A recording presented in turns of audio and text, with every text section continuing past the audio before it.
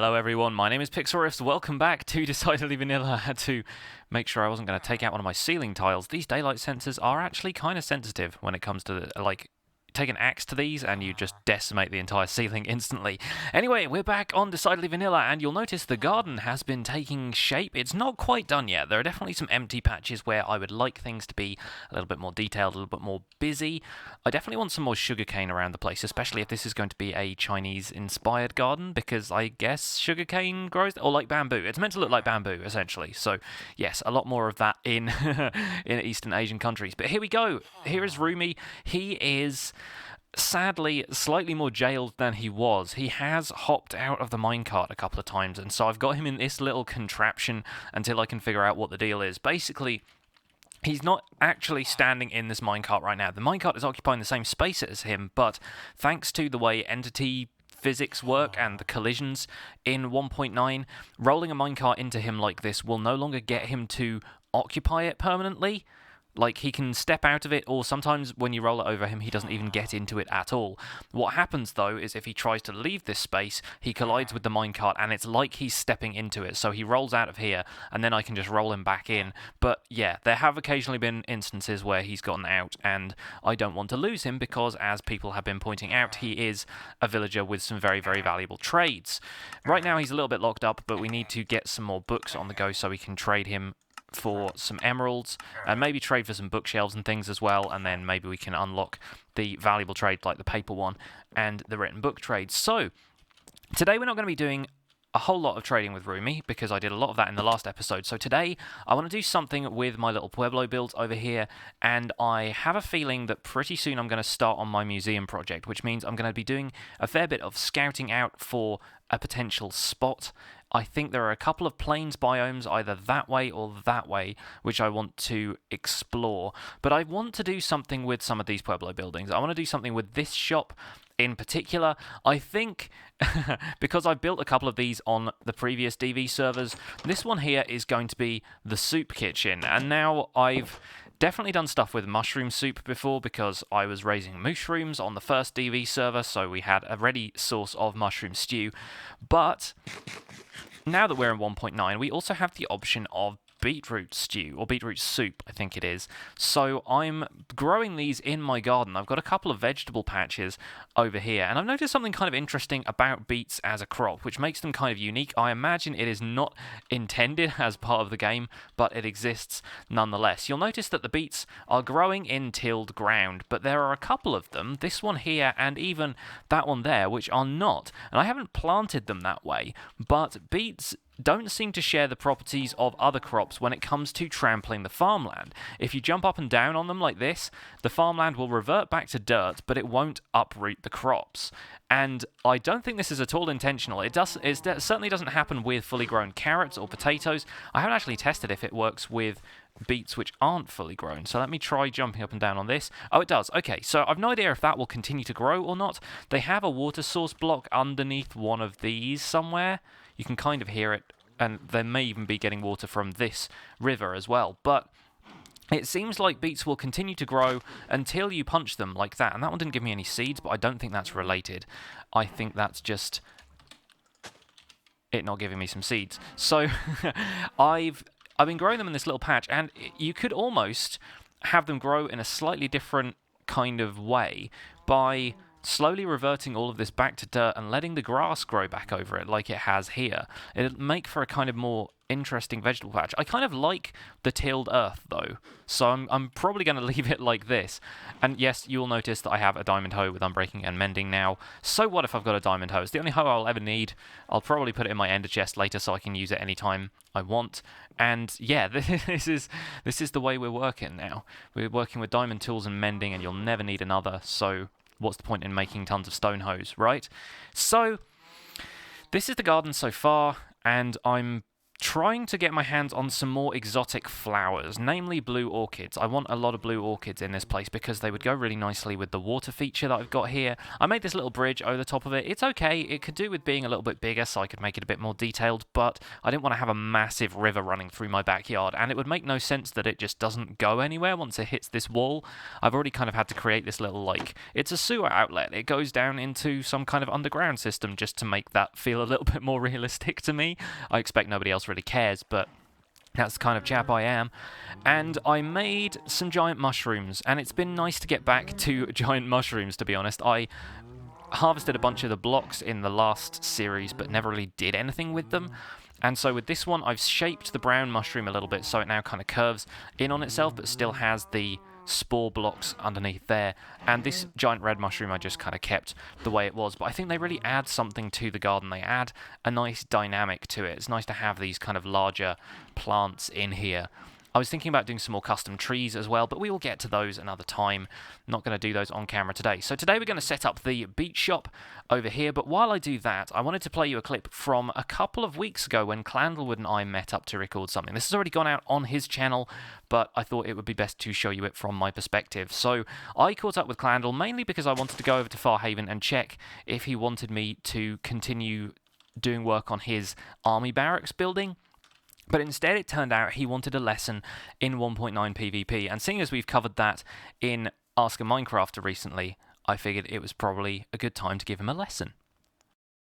So many chickens around here, gosh. Okay. Yep, here it... Oh, hey, Clandle! Clandle!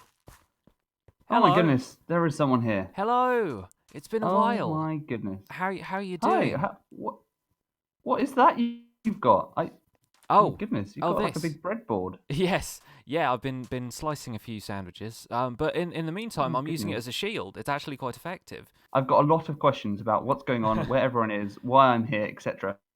But before things start, I just had a fight with a skeleton, and it did not go well. Yeah. I feel like my sword has gone a bit wangly, and it doesn't seem to be doing. It seems a bit weaker. Do you know what's going on? Can you help me? Yeah, that can be summed up as 1.9. They've changed combat a little bit. It's okay. a bit different now. And in fact, I was coming over here just to look into your army barracks here to do a bit of work in that, but obviously have found it somewhat buried in the sand.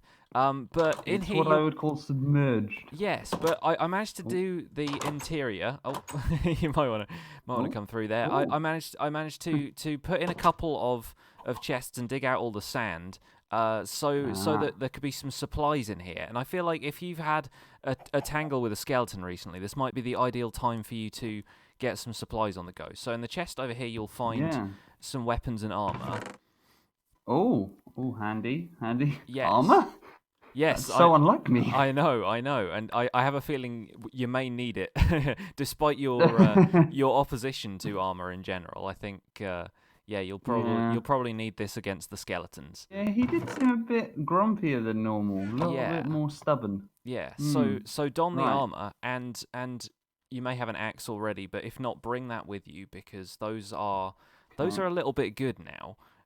And in this other chest here, you will find yourselves both a bunch of shields, what I made, and the crafting recipe for a shield, should you need it. Oh, beautiful. There's a lot of wood in this shield recipe. Not so much on the metal, but maybe a sheet placed on top of the wood. I think I'll take you one of them. The iron is meant to represent the handle at the back of the shield, and then the rest of it is. It's a weird shape considering that the shield you end up with turns out very flat. But yes, as you've noticed, if you're holding a weapon in your main hand and the shield in your offhand, then you can now block. And it even comes with a nifty little sound and stuff. Yeah, so you can now sort of rugby charge at each other. But this is very exciting. I mean, I've only recently grown this extra hand. I have no idea where it came from. I know. Useful. Turns out we had them all along. A lot. We just never used them. So I think we probably need a little bit more space if we're going to test this out. So how about we come out here to the vast desert and we can do some stuff without getting, wrecking the furniture and things. like I say, many questions, but let's get one thing at a time. Let's get this sorted first. Yes, right. So the first thing you'll notice, as you said, the sword swing it feels a little bit wonky now. It feels a little bit heavy. And that is because your attack now has like a cooldown or a kind of charge up time. So every time you swipe at something, it will need to recharge before you can do the full amount of damage again. You can still poke at stuff, but if you spam click now, it's not going to do as much damage as if you do kind of timed swings. So one thing you might want to do, because obviously you can... Oh, I've spawned is a this new life. Training dummy? Yes, this is the practice chicken, yes. Okay. So, yeah, hopefully he won't get too injured as a result of this. But why did you have to make him so cute? Maybe I should bring out some armor stands or something. You know what? I think there are probably a couple around. But anyway, the cool thing about this is you now have an option to have an attack indicator on your either the crosshair or your hotbar. So if you go into your video settings, you can enable that from the video settings menu. There's an attack indicator which is default set to off because crosshair. Which one do you prefer, crosshair or hotbar? I go with crosshair. I like the little kind of it's quite a subtle icon, and I think the one next to the hotbar looks kind of weird and goofy, but that's totally up to you. I think very nice. It all depends on where you're looking, but then I think, if you're looking at a target, then it makes sense to have the charge up meter kind of underneath what you're looking at. So no, totally agree. Looking good. Yes. Right. So that will tell you how long it takes your attack to charge up fully. And you'll notice if you swing an axe as opposed to a sword, it's a little bit slower. Oh, okay. But axes are now kind of more powerful than swords, and each weapon will tell you its attack damage. The main tools have it: swords, pickaxes, axes, shovels, even hoes do a certain amount of damage. 9 for a 9. A hoe? Oh, that's got to be my main weapon now. Yes. A rampaging farmer who's been wronged. Yes, definitely. Yeah, sharpness 5 hoe is going to be the OP weapon of choice. It's going to be a new thing. Yes. I think our test subject has cottoned on to what we were about to do. Yes, probably for the best. Yeah. Never mind. So feel free to practice on me, because the great thing about shields is that you can now block player attacks. And yeah, so feel free to walk up and have a whack at this shield. You notice I didn't take very much convincing there. Yes, yeah, right. Yeah, fine. All right. Oh. Yeah, so now you can see you're flailing at my shield, and it's not doing a great deal of damage. Whereas, in fact, it's not doing much damage to me at all. What's going on there? Is this a new thing? I've no idea. Maybe B-Ran's disabled PvP. Well, this is a great opportunity to do a training. Yes, yeah, that's very well planned. Say that. Well, things are a lot harder now. Yes, turns out we're completely invulnerable. I'm so angry at you. I'm so mad at you. All right, let's opt for a different approach then. At night, you'll probably find skeletons and zombies and so forth roaming around. My advice is to use the shield at all times when approaching a skeleton, to start with. Yeah. They will now have a bow drawing animation. So you'll be... Actually, we might still be able to do stuff with bows. Hold up your shield in this direction. And... Yeah. Nope, that's not working either. Oh well, but you'll find that shields are very good at blocking arrows, which is the main reason to have a shield now. When it comes to melee attacks, I still think it's more effective to basically just click at the zombie until it goes away. But with skeletons, you need a little bit more timing, and shields allow you to do that. But yeah, skeletons How about if we go, we meet up at your house and you take the last Snickers bar and I wanted it and I'm really angry and I attack you? Do you think we go in shield first, or just straight in with the choppy sword? In terms of PvP, I'm pretty sure it's still more effective to jump around and strafe and sort of attack from various angles. Fair enough. Because when you have a shield, your mobility is kind of limited. You can still turn pretty well, but you can't really you can't move as fast. It's like having a bow drawn. You're just kind of moving at a slowish pace. So yeah, it and I guess if I'm facing this cactus over here, admiring it, and you decide to attack me from a sneaky behind maneuver, my shield won't work. No, the shield, is only valid for the kind of direction you're facing. And you'll find that when skeletons are attacking you, if they kind of shoot you from the sort of upper right hand of your screen, then it's still... and they don't work against cacti. So yeah, they don't. I've learned. It's a fairly sort of limited range that the shields have. Oh, in fact, it's getting dark now. Maybe we'll find a couple of things to attack. But my personal combination of choice right now is a shield and an axe, because the shield kind of allows you a bit of cooldown time to make up for the fact that the axe now takes a little while to recharge. So if we charge, dun dun dun dun dun. Dun, dun, dun, dun, dun, dun, dun. Oh goodness, it's the slowest charge I've ever been involved in. Ah, there he goes. Ta-da! So yeah, you'll notice zombies. Right, so we still think he's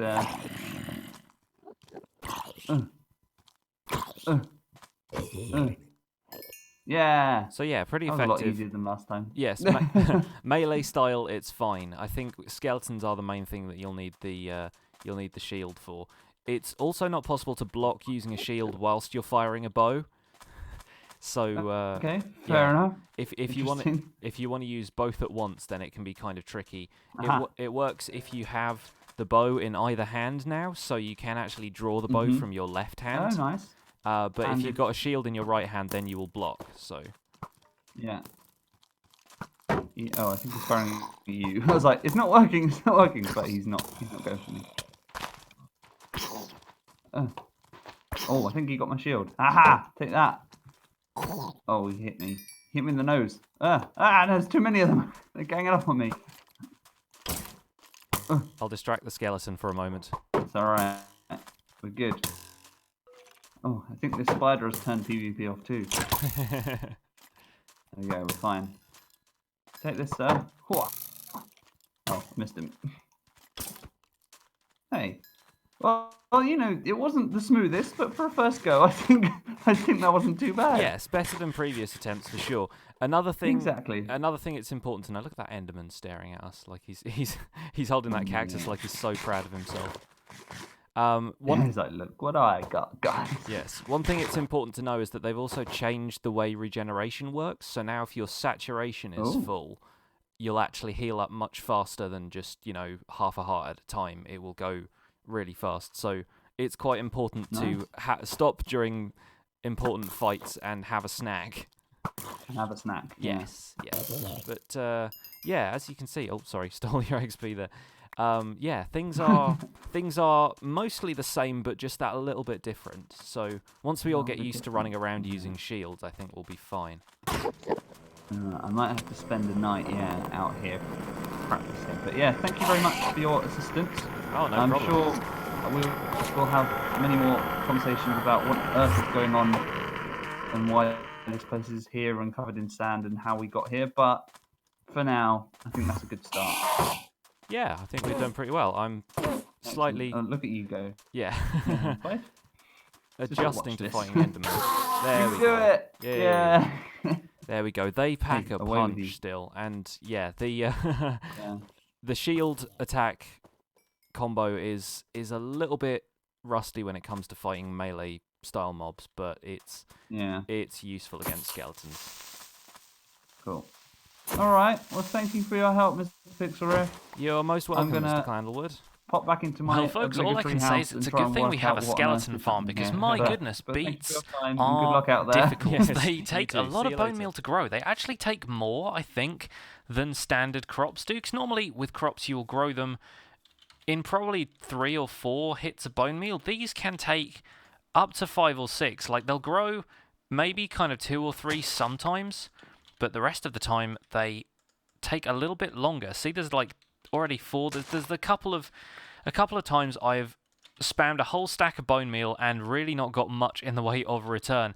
That aside, beetroot soup needs 6 beets per bowl in order to get 1 dish of soup, and they do a decent job of restoring your hunger and everything, but they're not that great as a food source, really. So how on earth beet farming is actually a thing is kind of baffling, but I've got a decent amount of it now. I've been making this store look pretty. I got some magenta and pink stained clay, or is it? No, it's magenta and purple stained clay, just because I wanted the place to look a little bit beety, have that kind of beetroot vibe going on. These are display only, by the way, so avoid touching those if you can, folks on the server, because I'll just have to replace them. But yes, this is main chest. I've suggested donation, couple of iron. You know, it's not really big deal if you want to just pop by, snag a bowl of beetroot soup for the novelty value. It's not a great food source, to be honest. It would be a lot better if we had like a cow farm for steak and that kind of thing. And I've got a decent amount of steak with my little cow farm in the backyard, but I've mainly been breeding them for leather.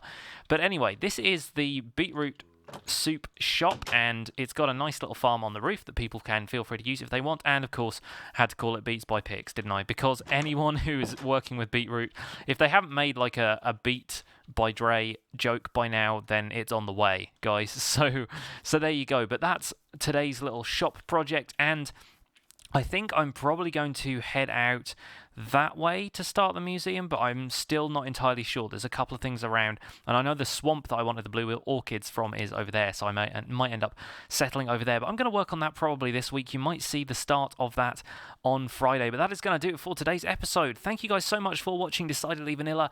My name has been Pixlriffs. Please leave a like on today's episode if you enjoyed it. Subscribe if you want to see more. Check the description for a link to Clandlewood's channel, and I'll see you guys soon. Bye for now.